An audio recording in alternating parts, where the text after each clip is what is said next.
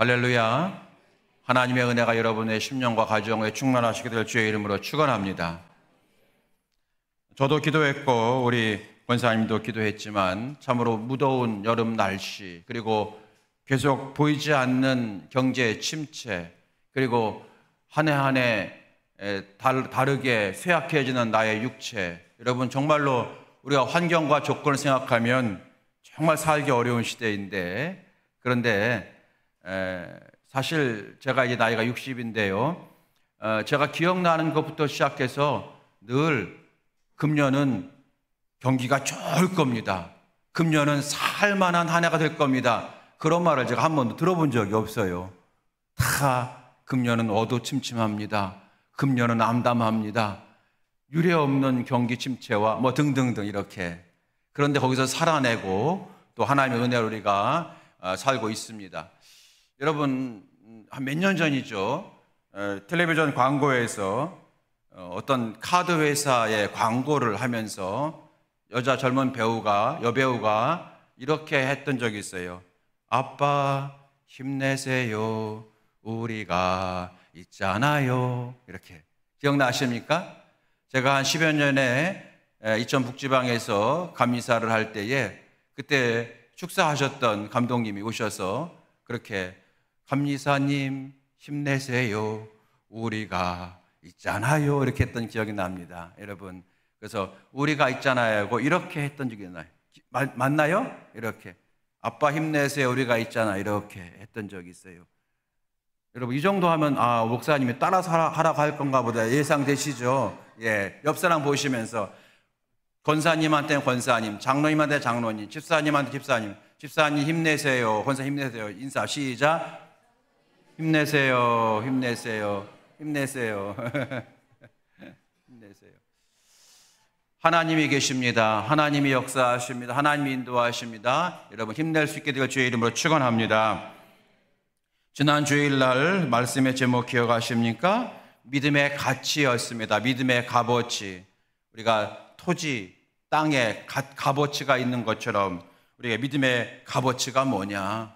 우리가 믿음을 가지게 되면 최종적으로 얻는 축복이 뭐냐 하는 거죠. 믿음의 가치. 그것은 바로 우리 영혼이 구원받는 축복이라 그랬습니다. 우리의 믿음은 그래서 금보다 귀한 믿음이다. 금보다 귀한 믿음이다. 여러분, 우리의 믿음의 가치는 영혼 구원이다 하는 거예요. 이 영혼 구원이 믿음의 목표가 되고 믿음의 가치가 되지 않으면요, 죄송한 말씀이지만 여러분의 믿음은 흔들려요. 매일 흔들려요. 내가 예수 그리스도를 믿는 믿음의 최종적 목표가 뭐냐? 영혼 구원이다. 이것이 여러분 불확실하면 매일 흔들려요. 여러분, 우리가 살면서 흔들릴 게 한두 가지입니까? 오늘은 아내 때문에 흔들리고, 내일은 자식 새끼 때문에 흔들리고, 새끼라고 죄송해요. 흔들릴 땐 새끼지 뭐. 그 자식이 흔들리고, 그 다음은 사업 때문에 흔들리고, 여러분 그 다음엔 내 육체 때문에 흔들리고, 매일 흔들려요. 여러분, 그래서 우리 신앙도 영향을 받는다는 거예요. 환경과 조건에. 그래서 여러분, 우리의 믿음의 가치는 뭐라고요? 믿음의 가치는 곧 영혼 구원이라 하는 거예요. 이것이 흔들리면 안 되고요. 마지막 날 성경을 보니까 천국에서 하나님께서 저를, 이 목사를 하나님께서 부르신대요. 그러면서 야, 너가 명암교회에서 목회했는데 명암교회 성도들이 얼마나 구원받았는지 한번 셈해보자. 이렇게 하신다는 거예요. 그래서 셈을 해보고 혹 교회를 열심히 다녔지만 영혼 구원의 확신이 없고 그 믿음이 없어서 천국에 오지 못했다면 그 죄를 너 목사에게 물으리라. 이게 성경에 나와 있어요. 여러분, 우리 믿음의 가치는 뭐라고요? 영혼 구원입니다. 영혼 구원을 받은 우리가 되었기 때문에, 그 놀라운 은혜를 받았기 때문에 이 땅에 살아가면서 내가 은혜 받았으니 그 은혜를 부모님에게도 갚고, 그 은혜를 자녀에게 나눠주고, 그 은혜를 우리 가정뿐 아니라 사회에도 나눠줘서 정말로 사회에 빛과 소금의 역할을 감당하는, 흘려보내는 은혜의 성도가 되어야 마땅할 줄로 믿으시게 되길 축복합니다. 믿음의 가치는 영혼 구원이다 하는 거예요. 오늘 설교 제목입니다. 믿음의 성장입니다. 다 같이 해보시면 한번 감사하겠어요. 믿음의 성장 시작. 믿음의 성장. 하나님께 우리가 원하는 것이 있어요. 하나님, 내게 은혜 주세요. 하나님, 저를 강건하게 해주세요. 하나님, 저를 성령 충만하게 해주세요. 하나님, 저를 이 병에서 고쳐주세요. 여러분, 그렇게 여러 가지 하나님 앞에 우리가 가지고 있는 소원, 간구 있죠? 여러분, 하나님께 그 간구와 소원을 많이 아뢰는 자 되시기 바랍니다. 주님이 그걸 기뻐하세요. 우리가 하나님 앞에 바라고 원하는 것이 있다는 거죠. 하나님이니까 괜찮습니다. 그런데 반면에 하나님이 우리에게 원하는 것도 있을 수 있겠죠. 자녀가 부모에게 원하는 것이 있고 반면에 부모님이 자녀에게 원하는 것이 있는 것처럼 말입니다. 하나님이 우리를 향한 마음은 어떤 마음일까? 그것은 우리의 믿음이 성장하기를 원하는 마음을 하나님은 갖고 계시다는 겁니다.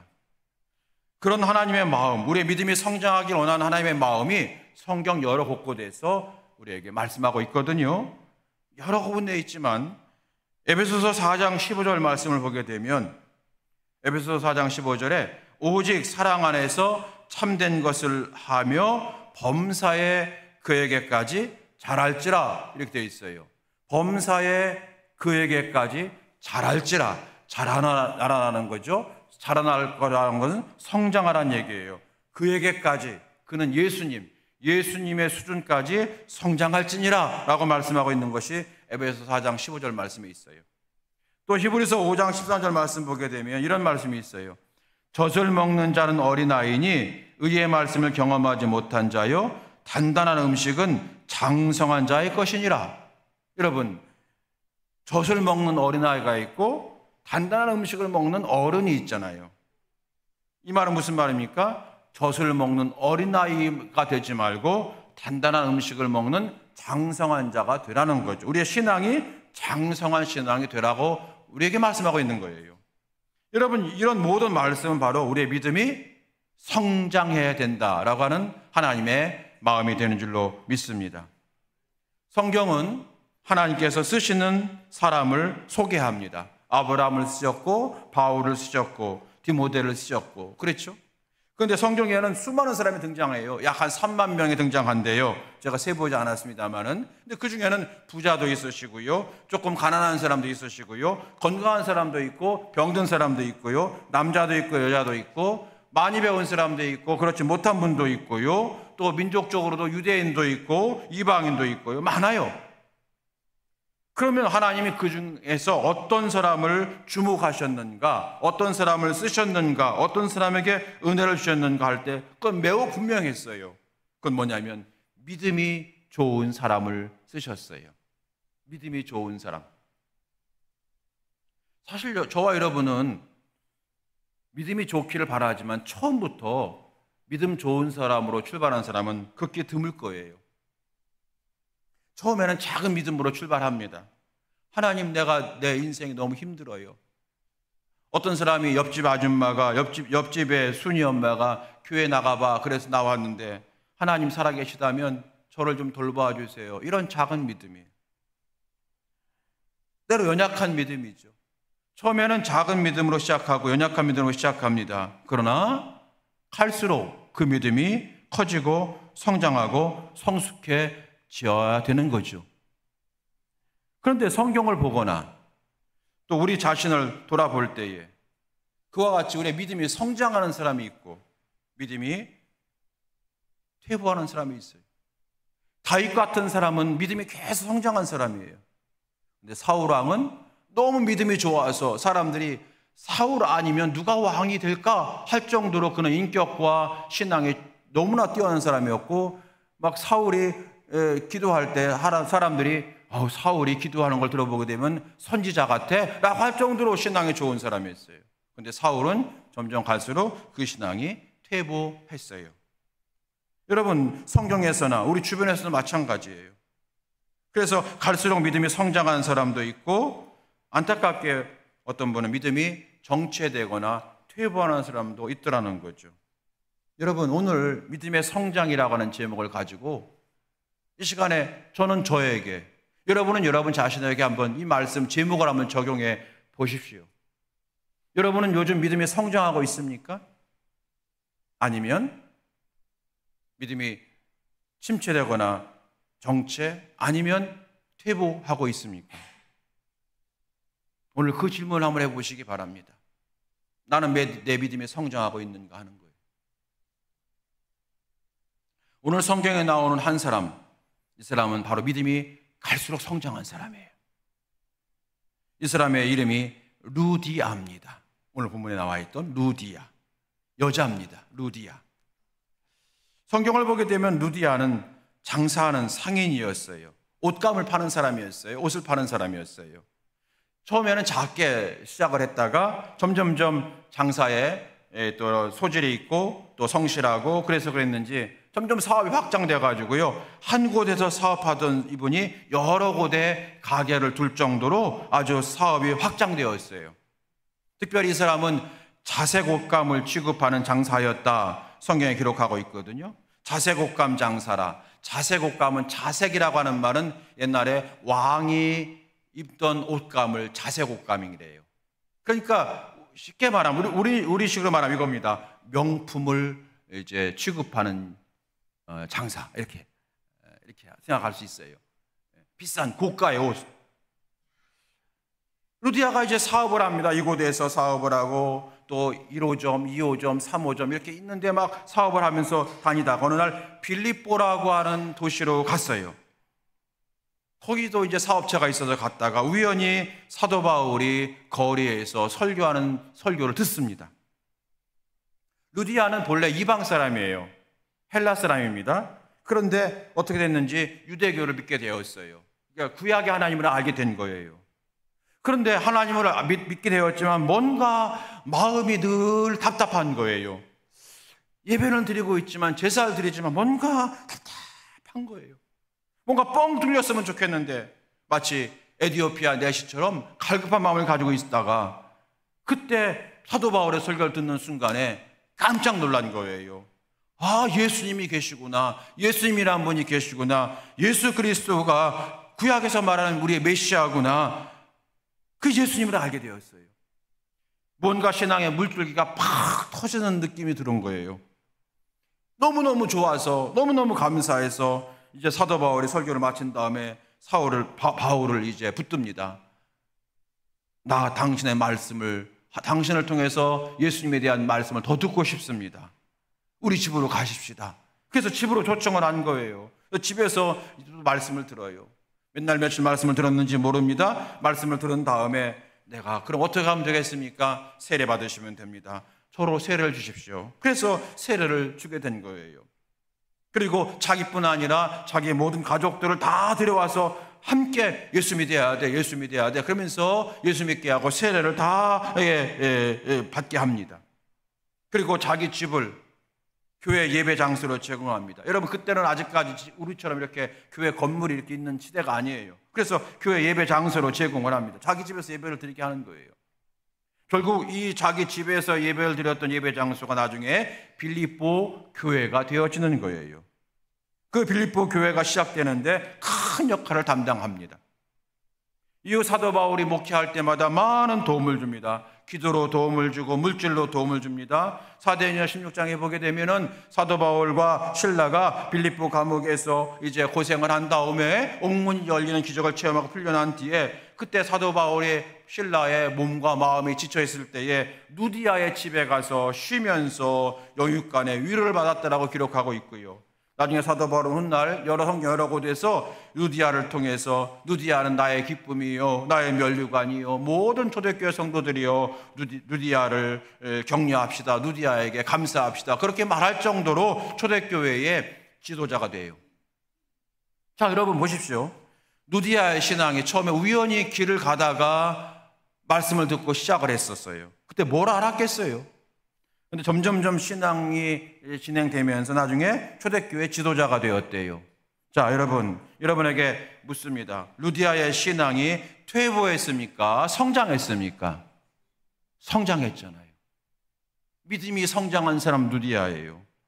그래서 오늘 성경이 루디아를 소개하는 거예요. 이 여자가 돈이 많기 때문에 소개하는 게 아니라, 사업을 잘했기 때문에 소개하는 것이 아니라, 명성이 있고 좋은 일을 많이 해서 소개하는 것이 아니라, 누디아는 우리에게 믿음의 본보기가 된다는 거예요. 왜요? 그의 믿음은 성장하는 믿음이었기 때문에 우리에게 본을 보이는 인물이다. 그래서 오늘 성경에 기록하고 있는 거예요.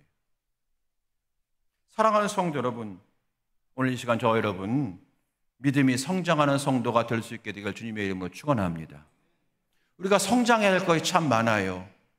우리 자녀도 성장을 해야 되겠고, 내 건강도 좀 성장해야 되겠고, 그렇죠? 막 근육이 많이 생겨야 되겠고, 여러분의 사업도 성장해야 되겠고, 여러분의 직장 생활도 여러분 성장해야 되겠고, 그렇죠? 다 성장. 여러분 가문에 뭐 우리 아들이 이제 우리 딸이 아이를 낳고 며느리가 아이를 낳고 우리 가정이 성장하는 거죠. 다 성장해. 우리가 여러분 성장할 것이 많아요. 그렇지만 여러분 가장 성장해야 될 것 중에 기본의 기본은 뭐냐? 믿음의 성장이다 하는 거예요. 믿으시면 아멘. 믿음이 성장해야 된다는 거예요. 왜요? 하나님은 믿음 위에 복을 주시잖아요. 하나님은 믿음이 있는 교회를 쓰시잖아요. 하나님은 믿음이 있는 목사를 쓰시잖아요. 하나님은 믿음이 있는 성도들을 축복하시잖아요. 그래서 우리가 이런 믿음이 성장해야 된다는 거예요. 오늘 본문에서 저는 여러분과 함께 그러면 이 누디아의 믿음이 성장했는데 도대체 누디아의 성장하는 믿음은 어떤 형태의 믿음이었느냐? 어떤 스타일의 믿음이었느냐? 또 이것은 우리가 믿음이 성장하려면 어떤 식으로 신앙생활을 해야 되느냐? 어떤 방법, 어떤 방식으로 신앙생활을 해야 되느냐? 우리가 깨닫게 되어지거든요. 세 가지를 말씀드립니다. 첫 번째입니다. 누디아의 신앙. 첫 번째, 하나님을 경외하는 신앙이었어요. 하나님을 경외하는 신앙. 오늘 14절 말씀 보게 되면 누디아 두아디라 시에 있는 자색옷감 장사로서 하나님을 섬기는 누디아라는 한 여자가 이렇게 기록하고 있어요. 여기 보면은 누디아를 어떻게 소개하냐면 하나님을 섬기는 누디아다. 자, 하나님을 섬기는 누디아다. 섬긴다고 하는 단어는 여러분 어렵지 않죠? 섬기는 게 뭡니까? 여러분 금방 대답할 수 있을 것이고 또 한 단어로 설명할 수 없지만 여러분께서 이제 소위 말해서 좀 감이 오잖아요. 섬긴다. 근데 이 섬긴다고 하는 단어가 어원상으로 하나님을 경외한다는 뜻이에요. 왜냐하면 야레라고 하는 히브리어거든요. 야레가 뭐냐면 경외하다는 거예요. 하나님을 경외한다. 자, 여러분 먼저 성경에는요 하나님을 경외하라고 하는 말이 매우 많이 등장해요. 고넬료 같은 사람, 사도행전 10장에 보게 되면 가이사랴에 고넬료라는 사람이 있으니 이탈리아 부대라는 군대의 백부장이라 그가 경건하여 온 집안과 더불어 하나님을 경외하며 욥기도 마찬가지예요. 욥기 1장 1절 우수 땅에 욥이라고 부르는 사람이 있었는데 그 사람은 온전하고 정직하여 하나님을 경외하며 하나님을 경외했대요. 노아도 마찬가지. 히브리서 11장 7절 믿음으로 노아는 아직 보이지 않는 일에 경고하심 받아 경외함으로 방주를 준비하여 그 집을 구원하였다. 경외했대요. 또 여러분 제가 잘 아는 말씀 지혜의 지식의 근본은 하나님을 경외하는 거잖아요. 하나님을 경외해요. 이와 같이 성경은 하나님을 경외한다고 하는 표현을 많이 씁니다. 이것은 우리에게 하나님을 경외하는 성도가 되어야 된다고 하는 교훈을 주고 있는 거죠. 왜냐하면 하나님을 경외하는 신앙은 하나님께 은혜를 받기 때문에 그런 거예요. 하나님을 경외하는 믿음이 커지면 커질수록 그 믿음이 성장한다고 하는 발판이요 증거가 되기 때문에 그래요. 자, 그래서 여러분 한번 스스로 질문해 보십시오. 내가 하나님을 섬긴다 그러면 대략 이게 감이 오는데 여러분에게 스스로 질문해 보십시오. 경외하는 게 뭡니까? 하나님을 경외한다 그랬어요. 하나님을 경외하는 게 어떤 신앙일까요? 섬기는다고 하는 것보다는 조금 더 확대 해석이 되어져요. 경외한다고 하는 무슨 말이냐면 사랑함과 두려움이 함께 있는 마음. 또 국어사전 찾아보게 되면 이런 거예요. 존경하는 마음으로 사랑한다 이렇게 했어요. 존경하는 마음으로 사랑한다. 이것이 경외예요. 경외. 하나님을 우리가 사랑해요. 하나님 따뜻한 분. 하나님 얼마나 따뜻한 분인지 몰라요. 어떤 분이 우리 하나님은 우리 친정 아빠 같대. 무슨 말, 저는 친정 아버지가 없어서 모르겠습니다. 아무튼 이해가 될 것 같더라고요. 하나님은 정말로 좋으신 분이에요. 용서하시는 분, 새 용기를 주시는 분. 세상 사람들이 너는 형편없어, 너는 별 볼 일 없어 해도 하나님은 와라, 나는 너를 버리지 않겠다. 서로 네 부모가 너를 버려도 나는 너를 버리지 않겠다 하신 말씀을 주신 말씀이 하나님이세요. 하나님이 얼마나 좋으신 분이에요. 그 하나님의 사랑. 여러분, 그래서 이제 어떤 잘못한 일을 해서 이제 감옥에 들어가는 경우가 있어요. 그렇죠?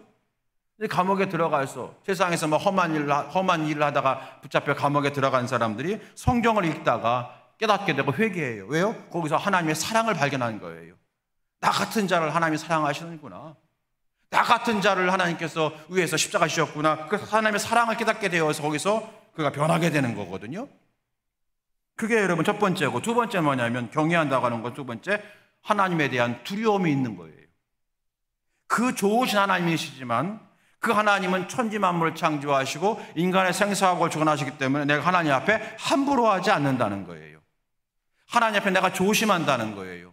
하나님에 대한 말씀, 주의 말씀이니까 조심하고, 삼가 조심히 읽고, 이 교회가 주의 성전이니까 이 교회를 내가 사랑하고, 이렇게 여러분 늘 조심하는 거, 존경하면, 그게 여러분 경외한다는 거예요. 경외한다. 이 두 가지 마음이 다 있어야 돼요, 여러분. 이 경외하는 신앙을 가지고 있을 때 우리는 승리합니다. 믿음이 성장해요. 요셉이 그 증거예요. 여러분, 요셉 아시죠? 신약 성경에 예수님의 아버지 요셉 말고 구약 성경의 요셉, 애굽의 총리 대신이 되었던 요셉 말이에요. 그 요셉이 여러분 감옥에 들어가게 되었잖아요. 왜 들어갔습니까? 자기가 종으로 살던 집에 여자 주인이 자기를 성적으로 유혹을 했어요. 그때 여러분 그걸 거절했거든요. 그래서 무고한데 성추행범으로 잡혀서 누명을 쓰고 감옥에 들어갔는데, 여러분 나중에 그 감옥에 들어가고 모든 결과가 좋게 되었잖아요, 나중에는. 그런데 여러분 그때 요셉이 그때 그 유혹을 참았어요. 이겨냈어요. 어떻게 이겨냈어요? 아무도 안 본다고요? 아닙니다. 하나님이 지금 나를 보고 계십니다 라고 하는 말로 이겨낸 거예요. 요셉이 하나님을 경외했기 때문에 그 정욕의 죄를 이겨낸 거예요. 여러분, 또 욥이 그 증거 아니겠습니까? 욥도 하나님을 경외함으로 환난 중에 자기 입술로 범죄하지 아니했다. 여러분, 하나님을 경외하는 성도가 될 수 있게 주의 이름으로 축원합니다. 여러분, 저는 믿어요. 우리가 세상적으로 돈 많이 벌고 성공하는 것만이 잘 사는 게 아니라는 거예요. 우리는 실패하기도 합니다. 우리는 성공하기도 합니다. 우리 인생에는 여러분 즐거움도 있고요, 슬플 때도 있는 거예요. 그게 인생이죠. 저 사람은 한 번도 눈물 같은 건 없는 행복한 사람이었던 것 같아. 아니에요. 신방 가보게 되면 말 안 해서 그렇지, 그 안에 여러분 말 못할 그런 시련이 있고 그 시련을 극복해낸 거예요. 인생은 다 그런 것 같아요, 여러분. 그런데 하나님을 경외하면 언제나 잘 사는 인생이 되어집니다. 저는 이 믿음을 가지고 있어요. 여러분, 부하면 부한 대로 잘 살고요, 가난하면 가난한 대로 잘 사는 거예요. 이러면 이런 대로 저러면 저런 대로 잘 살게 되어 있습니다. 환경을 이기며 살아가는 인생이 잘 사는 인생이 아닐까요? 하나님을 경외하면 그런 인생이 되어지는 겁니다. 자, 오늘 본문의 루디아는 하나님을 경외하는 사람이었다는 거예요. 사실 이 사람은 한계가 많은 인생길이었어요. 이 사람이 앞서서 우리가 본 것처럼 어떻게 여자가 사업을 잘해서 한 곳에 사업하는 뿐만 아니라 여러 곳에 사업체를 1호점, 2호점 막 있어. 와, 행복하겠다. 여러분, 여기까지 오기가 얼마나 힘들었겠어요, 이 여자가. 요즘도 여자가 사업하기가 정말로 힘든데, 여러분 이게 2000년 전에 여자가 사업한다고 하는 자체가 여러분 얼마나 힘들었겠어요. 그 한계를 다 극복하고 여기까지 왔다는 거예요. 뚫고 나간 거예요. 하나님을 경외하는 믿음으로 뚫고 나가는 줄로 믿습니다. 우리의 오늘 설교 제목 믿음의 성장입니다. 어떻게 하면 믿음이 성장할 것인가? 하나님, 오늘부터 하나님을 경외하는 믿음을 주시옵소서 기도하는 거예요. 하나님을 경외하는 믿음. 하나님을 경외하지. 그래요. 제가 왜 그래요 그러냐면 설교가 길어질까 봐 좀 잠깐 해주세요. 두 번째, 루디아는요, 어떻게 그 믿음이 성장했느냐? 말씀으로 성장시켜 나갔어요. 14절 말씀 보게 되면 두아디라 시아에 있는 자색옷감 장사로 하나님 섬기는 누디아라는 여자가 그 다음에 말을 듣고 있을 때에 주께서 그 마음을 열어 바울의 말을 따르게 하신지라. 아멘. 여기 바울의 말을 따르게 하신지라. 바울의 말을 따라갔다. 그러니까 말씀을 들으면서 은혜 받은 거에 끝나는 게 아니라 그 말씀을 따라갔다. 말씀을 따라갔다는 게 뭐예요? 적용시켰다, 내 것 만들었다, 실천했다, 뭐 이런 뜻이 되지 않겠습니까? 바울이 전한 말씀이 하나님 말씀을 믿고 그리고 따라간 거예요. 말씀을 붙잡고 말씀을 따라가니까 시험을 이기고 갈수록 믿음이 성장하는 성도가 되어졌다는 겁니다. 여러분, 말씀을 따라가는 인생이 될 때 믿음이 성장합니다. 여러분, 믿음의 성장은 다른 것 없어요. 말씀 따라가는 거예요. 뭔가 한순간에 팍 얻기 위해서 사람들이 이단에 빠지는 겁니다. 그런 거 없습니다. 말씀을 따라가는 거예요. 오늘도 따라가고 내일도 따라가고 그러면 여러분 믿음의 열매를 얻게 되고 믿음이 성장하는 축복을 받게 되어지는 겁니다.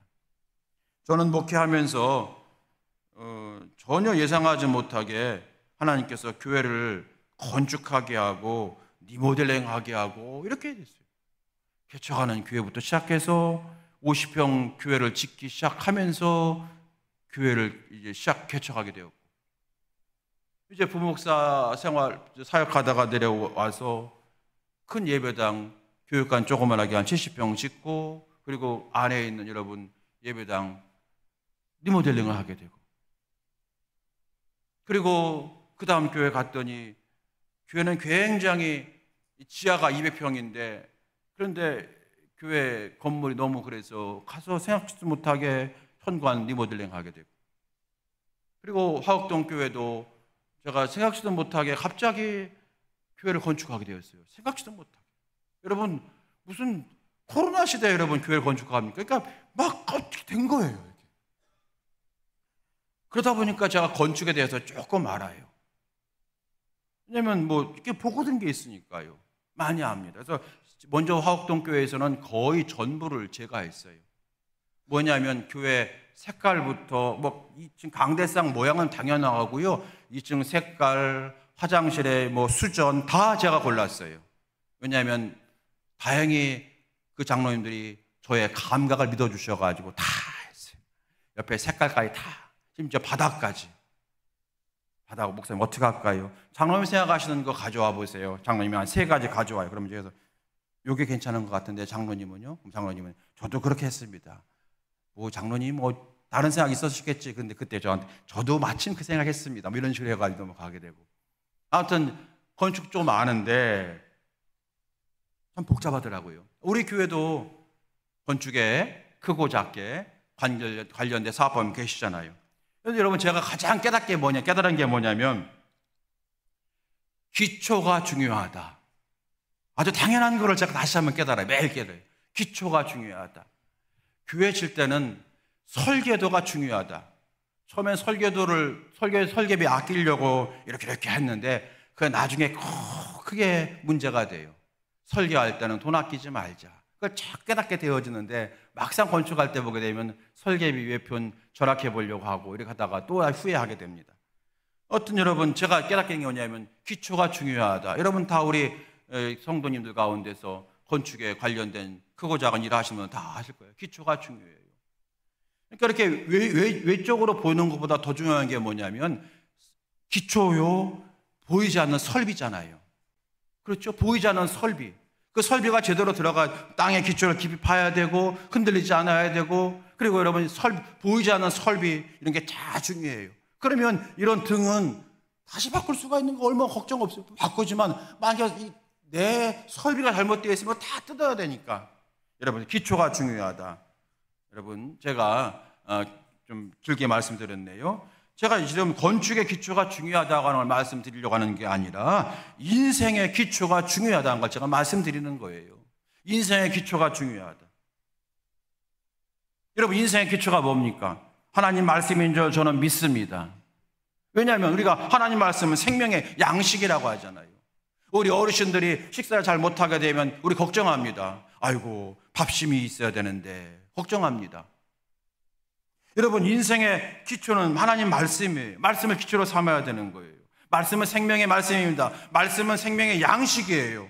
말씀은 생명의 빛이에요. 여러분, 캄캄할 때 어디로 갈지 모를 때에 빛이 있으면, 등불이 있으면 가잖아요. 그런 것처럼 하나님 말씀은 내 발의 등이요 내 길에 빛이 나이다. 그 말씀대로 가는 거예요. 그래서 말씀을 붙잡게 되면 그 말씀에 우리에게 영적 생명을 주고 육신의 삶에 평안을 주고 환경을 이기는 능력자가 되게 하실 줄로 믿습니다. 말씀이 기준되게 하십시오. 말씀을 품으십시오. 말씀을 많이 읽으십시오. 여러분, 감리교는 말씀의 그런 탁월한 교단 감리교예요. 감리교는 말씀을 많이 아는 사람이 감리교인이요, 말씀을 많이 깊이 묵상하는 감리교인입니다. 여러분, 말씀이에요. 말씀을 많이 읽으십시오. 여러분, 우리 교회에 그 유튜브가 많이 활성화되어 있어서 얼마나 감사한지 알 수가 없어요. 수고하는 분 많이 계세요. 벌써 12시 넘었네요. 이게 펄게 반도 안 했는데. 여러분, 그 유튜브 말씀을 여러분 한 번 들으시지 말고 최소한 7번을 들으세요. 들어가 또 들으시고 또 들으시고 잘 때 들으시고 아침에 일어나면 들으시고 계속 들으세요. 그러면 말씀이 여러분 내게 생명의 양식이 되고 힘이 됩니다. 말씀의 능력이 되어지는 거예요.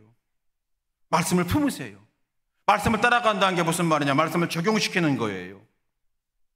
여러분, 마태복음 7장에 남에게 대접받고자 하는 대로 너희도 남을 대접받아. 황금률이잖아요. 황금률. 제가 얼마 전에 말씀드렸던 그 회사의 사장님이었던 장로님, 제가 신방 갔더니 그 설교했던 그 설교를 딱 피고 있다고 했죠. 그분이 여러분 일양토건 회장이었어요. 장현수 장로라고.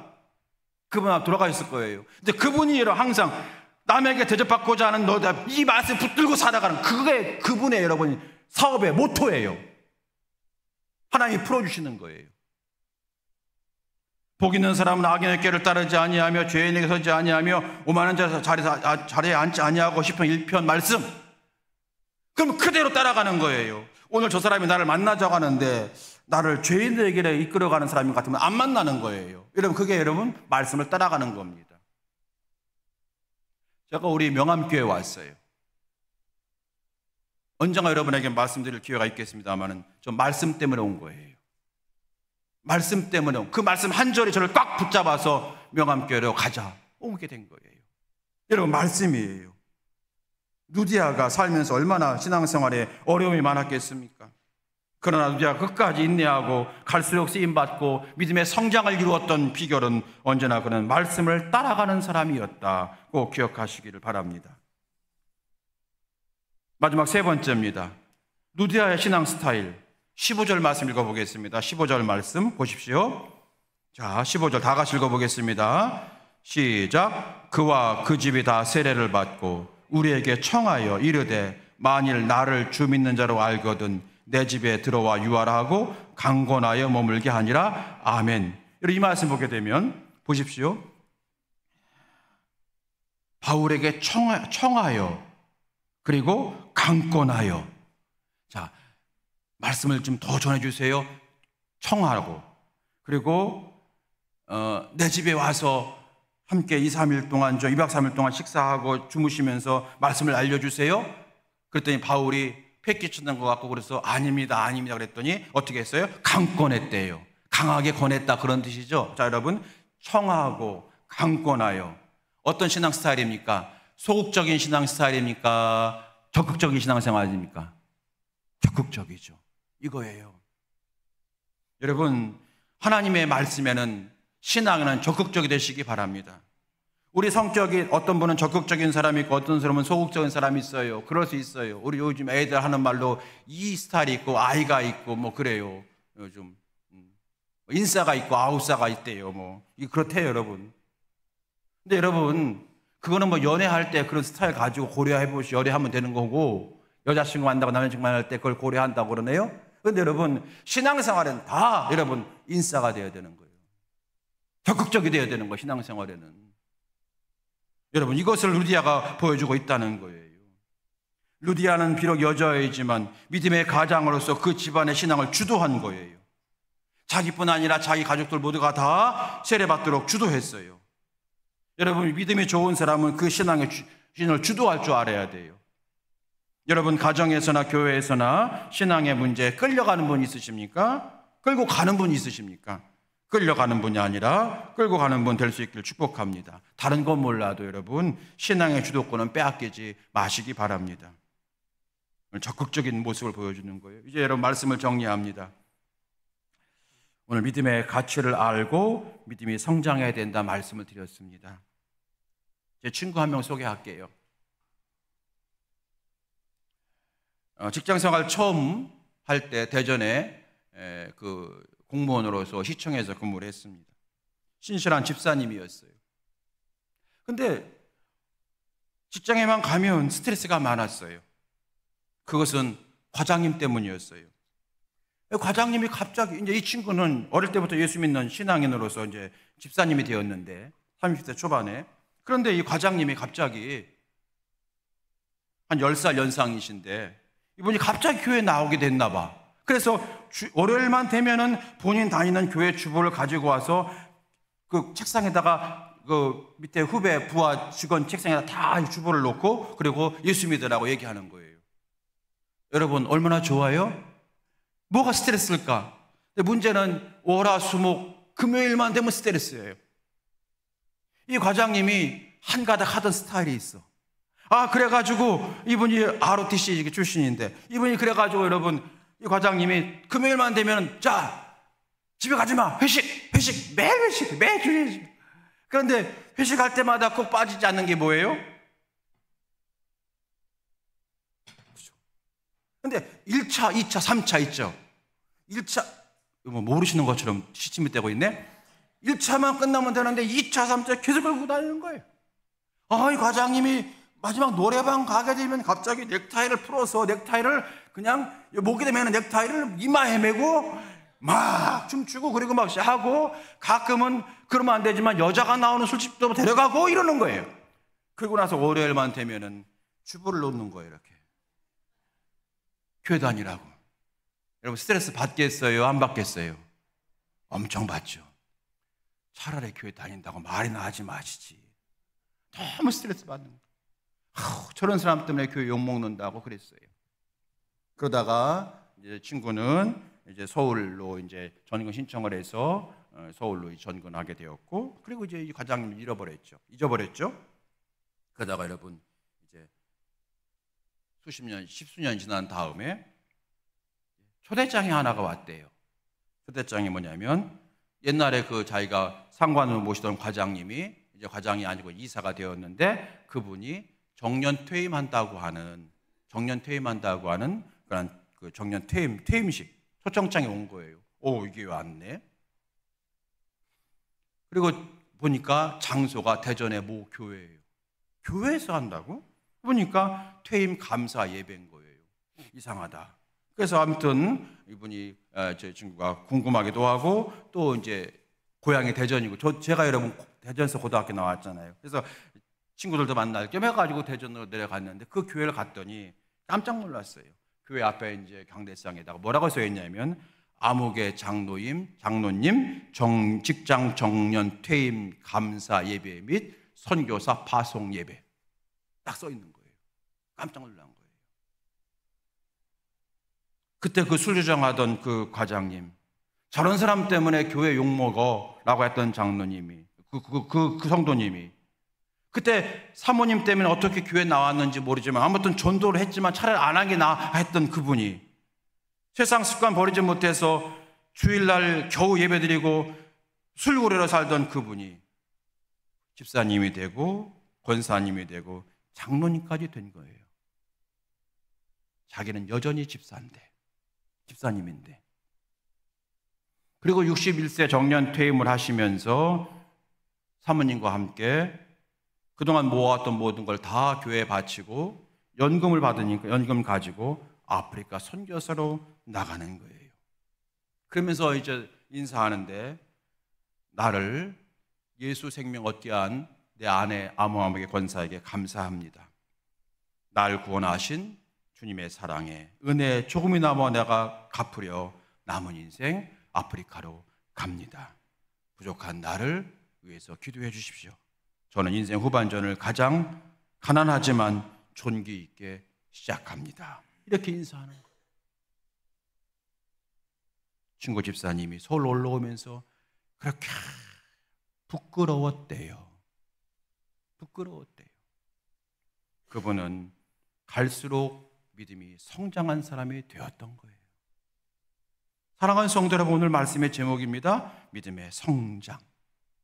저와 여러분이 믿음의 성장에 꿈을 꾸실 수 있는 우리 모두가 되어지길 바랍니다. 하나님을 경외하는 사람으로, 말씀을 따라가는 신앙인으로, 신앙의 주도권을 빼앗기지 말고 적극적인 신앙 스타일로 믿음의 성장을 이루는 우리 모두가 다 될 수 있길 주의 이름으로 축원합니다.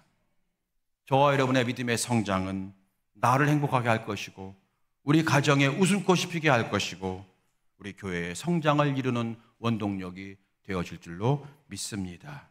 성장하는 믿음 위에 더 큰 은혜 부어지는 하나님의 은혜가 다 우리의 것 되어지기를 주의 이름으로 축원합니다. 우리 옆 사람과 함께 이렇게 인사합시다. 성장하는 믿음이 되십시다. 시작. 성장하는 믿음이 되십시다. 아멘. 이 시간 찬양하시겠습니다. 우리 찬송하시고, 시간이 많이 지났지만 뭐 한 5분 더 하는 거니까 괜찮죠, 여러분? 자, 우리 새롭게 하셔서 찬송하시고, 우리 1분간만 하나님 성장하는 믿음 되게 해주시옵소서. 우리 시간에 기도하기 원합니다. 해 아래 새 것이 없나니 찬양하시겠습니다.